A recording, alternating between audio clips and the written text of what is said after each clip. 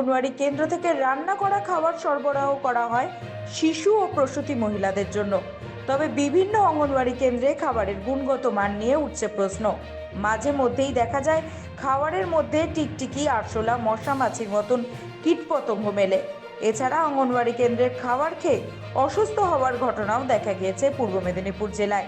তাই অঙ্গনওয়াড়ি কেন্দ্রে রান্না করার বিষয়ে বাড়তি সতর্কতা নেওয়া হচ্ছে কিনা এবং স্বাস্থ্যসম্মত ও পরিষ্কার পরিচ্ছন্নভাবে অঙ্গনওয়াড়ি কেন্দ্রগুলিতে খাবার রান্না করা হচ্ছে কিনা তা নিয়ে নজরদারি চালায় খাদ্য সুরক্ষা দপ্তর। এরপরেই মঙ্গলবার জেলা প্রশাসনিক ভবনে শুরু হয় প্রশিক্ষণ পর্ব।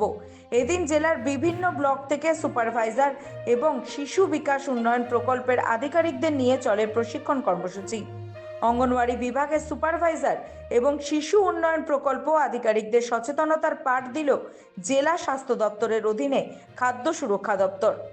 প্যাকেটজাত মশলা ব্যবহার করতে এবং কাঁচা ডিম কিভাবে মজুত করতে হবে এবং কতটা নুন, তেল, মশলা দিয়ে রান্না করতে হবে সেই সমস্ত বিষয়গুলি আলোচনা করা হয় এদিনের শিবিরে।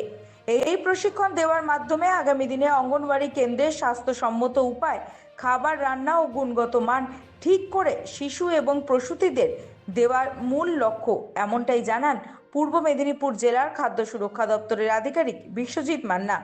বাজার থেকে আনা মশলা, ডিম কিভাবে রাখতে হবে এবং কিভাবে ভালো করে রান্না করতে হবে পুরো বিষয়টি এদিনের প্রশিক্ষণের মাধ্যমে শিখতে পেরেছেন, এমনটাই জানান প্রশিক্ষণ নিতে আসা এক সুপারভাইজার বিদিশা মণ্ডল।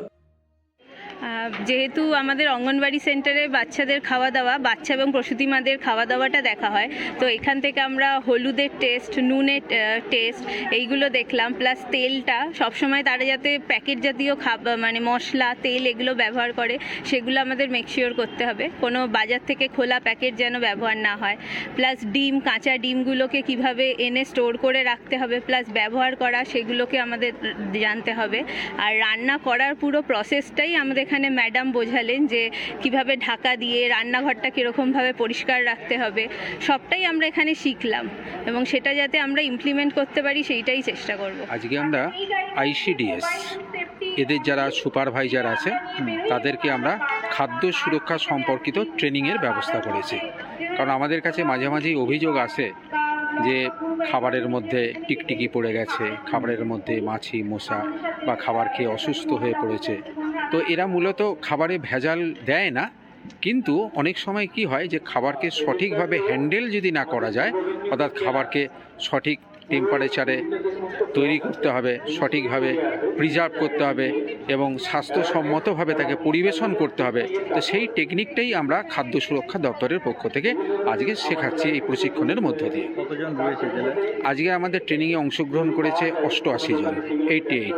এটা আমাদের দ্বিতীয় ব্যাচের ট্রেনিং।